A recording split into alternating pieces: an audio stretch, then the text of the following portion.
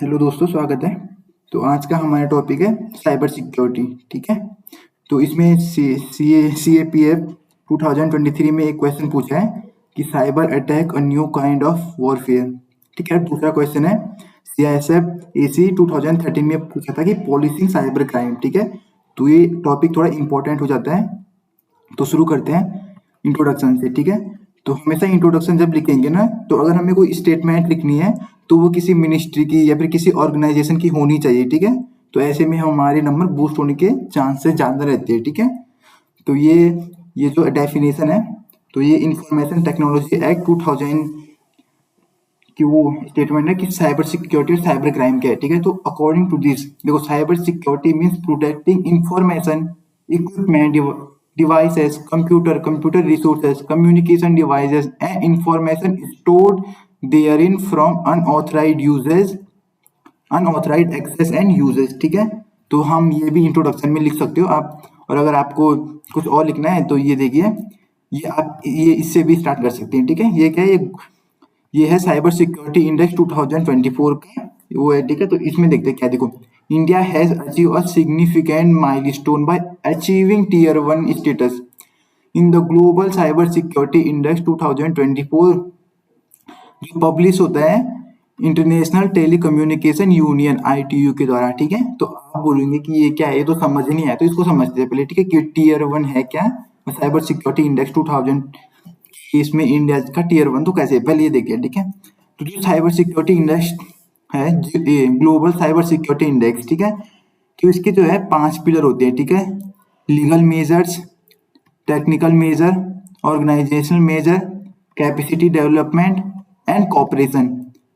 इसके अकॉर्डिंग वो रखते हैं क्या, ये कि कौन सी कंट्री कौन से टीयर में। अब टीयर देखते हैं कौन कितने टीयर है। देखो, 5 टीयर है। ठीक है, टीयर फर्स्ट जिनका स्कोर बहुत बढ़िया होता है साइबर सिक्योरिटी में। ठीक है, स्कोर जिनका होता है 95 से 100 के बीच होता है। ठीक है, वो आते हैं रोल मॉडलिंग कंट्री में। अब इंडिया का देखते हैं। ठीक है, इंडिया का स्कोर क्या है, इंडिया स्कोर 98.49 आउट ऑफ 100। तो अगर इंडिया का स्कोर 98 है, ठीक है, और 95 से अधिक टीयर 1 में आते हैं, मतलब बहुत बढ़िया। ठीक है, तो India is now recognized among role modeling countries. तो साइबर सिक्योरिटी में इंडिया रोल मॉडलिंग कंट्री में आता है। फिर है टीयर 2 में क्या है, एडवांसिंग, जिनका स्कोर 85 से 95 के बीच होता है। फिर टीयर 3, फिर टीयर 4 और फिर टीयर 5 तो सबसे नीचे होते हैं, जिनकी साइबर सिक्योरिटी में इतनी वो नहीं है। ठीक है, तो इनका स्कोर 0 से 20 के बीच होता है। ठीक है, तो आप ये इससे भी स्टार्ट कर सकते हो ऐसे। फर्स्ट वाली स्टेटमेंट है जो ये इंफॉर्मेशन टेक्नोलॉजी एक्ट जो 2000 में हुआ था, जो 2008 में वो हुआ था, अमेंडमेंट भी हुआ था इसमें, तो ये वो वाला है। तो आप इस या फिर इससे भी कर सकते हो, ग्लोबल साइबर सिक्योरिटी इंडेक्स। तो दोनों दोनों बढ़िया है, किसी भी वो उसका यूज कर सकते हैं। ठीक है, किसी से भी ऐसे ही स्टार्ट कर सकते हैं। तो आगे बढ़ते हैं, अब टाइप ऑफ साइबर सिक्योरिटी देखते हैं। ठीक है, कि साइबर सिक्योरिटी के, ओ सॉरी, हाँ, साइबर थ्रेड्स, हाँ, मतलब सेम ही। ठीक है, फर्स्ट है साइबर स्पाइंग। ठीक है, देखो, साइबर स्पाइंग क्या है। ठीक है, using digital means to gain unauthorised access to sensitive और confidential information from individual organisations और government, often for political, economic और मिलिट्री पर्पस।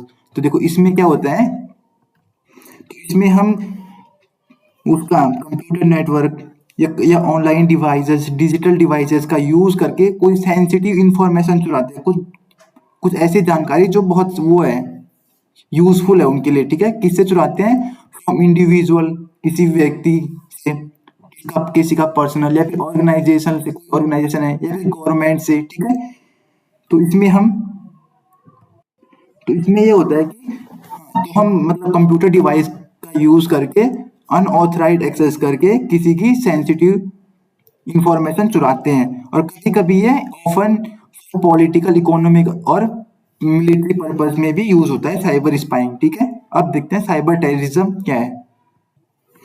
तो साइबर टेररिज्म क्या है, देखो, तो इसको समझते हैं पहले। ठीक है, तो use of digital attack by terrorist organisation और individual to cause fear, disruption और damage to critical infrastructure, government institute और सिविलियंस। तो देखो इसमें क्या होता है, जो इनका टारगेट क्या होता है, क्रिटिकल इंफ्रास्ट्रक्चर, ठीक है। तो इसमें क्या होता है, जो ये टेररिस्ट ग्रुप होते हैं या फिर कोई इंडिविजुअल होता है, वो अटैक करते हैं किसी किसी देश की, अटैक ऑन मिलिट्री पे, मिलिट्री नेटवर्क पे, गवर्नमेंट एजेंसी पे, फाइनेंशियल इंस्टीट्यूट पे, पावर ग्रिड्स पे, या फिर हेल्थ केयर सिस्टम पे, ठीक है। तो ये क्या करते हैं, मतलब इनका जो मेन एजेंडा होता है कि वो साइबर अटैक करके आतंक फैलाना है, ठीक है, और नुकसान पहुंचाना है किसी गवर्नमेंट्स को, ठीक है, मिलिट्री नेटवर्क को, या फिर गवर्नमेंट एजेंसी को, या फिर फाइनेंशियल किसी देश की इकोनॉमी में गिरानी हो, ठीक है, पावर, कहीं पे पावर प्लांट है वहां पे, या फिर हेल्थ केयर सिस्टम पे अटैक कर दिए, ठीक है। तो ये साइबर साइबर टेररिज्म में आता है, ठीक है। अब साइबर वॉरफेयर समझते हैं। तो साइबर वॉरफेयर बेसिकली दो कंट्रीज के बीच होता है, ठीक है, दो कंट्रीज के बीच। तो जब दो कंट्री के बीच होगा तो ये long scale and systematic digital assault होगा बिटवीन टू कंट्रीज, क्योंकि दो कंट्रीज के बीच है तो ये लॉन्ग स्केल पे होता है, ठीक है। अब इसका एग्जांपल समझते हैं, ठीक है। Cyber attack on Iran nuclear power investment program, ठीक है, बाय यूएस स्टकनेट वायरस। तो जो यूएस, जो अमेरिका था, उसने अपने स्टकनेट वायरस से जो ईरान का न्यूक्लियर पावर, वो था ना, सॉरी, न्यूक्लियर, वो तो सॉरी, फिर से समझते हैं, जो यूएसए का स्टकनेट वायरस था, तो उसने ईरान के जो न्यूक्लियर इन्वेस्टमेंट प्रोग्राम था उस पर अटैक किया था, ठीक है। तो ये बेसिकली दो कंट्रीज के बीच होता है। तो ठीक है, ये है साइबर वॉरफेयर। अब समझते हैं साइबर क्राइम क्या है। तो criminal activities that involve computer network or digital devices to commit offense such as fraud, sorry, identity theft, child pornography and cyberbullying, ठीक है। तो इसमें क्या होता है, एक मिनट है, इसमें इसमें कंप्यूटर नेटवर्क या डिजिटल डिवाइसेस का यूज करके हम किसी इंडिविजुअल को क्या करते हैं, उसके साथ फ्रॉड करते हैं, हैकिंग करते हैं, उसकी आइडेंटिटी चुराते हैं और अपने अपने वो बेनिफिट के लिए उसका यूज करते हैं, ठीक है। चाइल्ड पोर्नोग्राफी और साइबर बुलिंग, तो ये सब इसमें होता है। और ये देखो, ये आज के टाइम में बहुत कॉमन है, ठीक है, मतलब बहुत ज्यादा, बहुत लार्ज स्केल पे होता है। आपके आसपास भी सुना होगा आपने कि है कुछ भी, जैसे हैकिंग, ठीक है, या फिर किसी के साथ फ्रॉड हो गया, ठीक है, या किसी की पर्सनल, वो पर्सनल इंफॉर्मेशन चुरा ली, ठीक है, ये सब साइबर क्राइम में होता है। अब आगे समझते हैं कि इश्यूज कौन कौन से हैं साइबर सिक्योरिटी में। तो देखते हैं कौन कौन से इश्यूज और चैलेंजेस है साइबर सिक्योरिटी में, ठीक है। तो सबसे पहले है नेशनल सिक्योरिटी।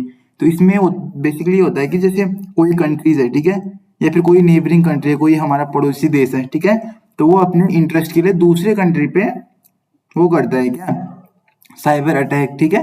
तो इसका एग्जांपल देखते हैं, जैसे Hamas cyber attack on Israel. तो हमास ने जो इजराइल पे साइबर अटैक किया था वो, फिर अभी जो हमने देखा था कि यूएस का स्टकनेट वायरस था, उसने हैक किया था उसका ईरान का पावर ये न्यूक्लियर प्रोग्राम, ठीक है। अब आगे देखते हैं कि India critical infrastructure and Intel sharing, ठीक है। तो इसमें हमारे बैंकिंग सिस्टम या डिफेंस नेटवर्क या फिर गवर्नमेंट है, गवर्नमेंट का कोई डेटाबेस है, तो उस पर अटैक होता है, जिससे क्या होता है, हमारी नेशनल इकोनॉमी गिर जाती है, ठीक है, डिसरप्ट हो जाती है हमारी इकोनॉमी, ठीक है। अब एग्जांपल देखते हैं जो 2020 में, तो इसमें जो 2020 में मुंबई का पावर ग्रिड अटैक हुआ था वो, या फिर अक्टूबर 2019 में जो, तो जो 2019 में कुंदाकुलम के न्यूक्लियर पावर वो प्लांट पे हमला हुआ था, ठीक है, तो ये इसमें आता है, ठीक है। अब देखते हैं साइबर क्राइम। साइबर क्राइम में इश्यूज देखो, ये एनसीआरबी 2021 की रिपोर्ट है, ठीक है। तो अकॉर्डिंग टू 2021 में है जो लगभग 53,000 साइबर क्राइम केसेस वो रजिस्टर हुए थे, जबकि 2020 में 50,000 केसेस रिपोर्ट हुए थे। तो मतलब एक साल में जो है 5% इंक्रीज हुआ है ये, ठीक है, साइबर क्राइम हमारे देश में, ठीक है। तो वैसे थोड़ा पुराना डेटा है, लेकिन आप यूज कर सकते हो क्योंकि 21 का है, तो स्टिल इट इज गुड, ठीक है। तो आगे देखो, तो साइबर क्राइम में क्या क्या आता है, चाइल्ड पोर्नोग्राफी आती है, सेक्सुअल एक्सप्लॉयटेशन आता है, मेंटल हैरेसमेंट आता है, साइबर टॉकिंग और साइबर बुली, तो ये सब साइबर क्राइम में आता है, ठीक है। और आगे देखते हैं डार्कनेट, ठीक है। तो डार्कनेट हमारे लिए चैलेंज क्यों है, ठीक है। तो देखो, डार्कनेट तो सबसे पहले गूगल पे कहीं पे मिलता नहीं है, ठीक है। तो इस पे तो 95-96 जो इंटरनेट है तो वो इसी में होता है, मतलब जो हम यूज करते हैं अपना नेट जो हम चलाते हैं वो सिर्फ 5 to 6% ही है, मतलब ज्यादातर तो सब डार्क नेट डार्क वेब में है, ठीक है। इसमें डाटा थेफ्ट होता है, टेरर फंडिंग होता है, तो मतलब इसमें ऐसे इनलीगल एक्टिविटीज होती है बहुत ही ज्यादा, ठीक है। तो ये सब एज ये हमारे लिए बहुत चैलेंज है, क्योंकि किसी का पर्सनल डाटा चुराना या फिर टेरर फंडिंग, आतंकवाद को पैसा देना, ठीक है। तो ये एज अ बिग चैलेंज है, ठीक। फिर अगला है डीप फेक, ठीक है। तो डीप फेक में बेसिकली मिस इन्फॉर्मेशन फैलाते हैं, फाइनेंशियल फ्रॉड करते हैं, ठीक है। और फेक न्यूज़ेस भी एक आजकल बहुत चैलेंज है, ठीक है, क्योंकि इसमें हाँ तो हमको पता है कि फेक न्यूज़ तो सबको ही पता है, ठीक है। तो आगे बढ़ते हैं।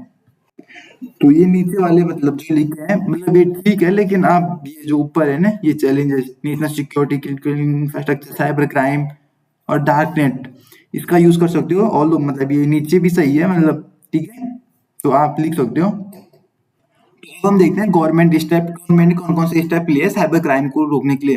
सबसे पहले देखिए हम लीगल फ्रेमवर्क देखेंगे, फिर देखेंगे इंस्टीट्यूशनल फ्रेमवर्क, फिर पूरे वर्ल्ड लेवल पे कौन कौन से इनिशिएटिव है गवर्नमेंट ने जो लिए है, ठीक है। तो शुरू करते हैं लीगल फ्रेमवर्क से।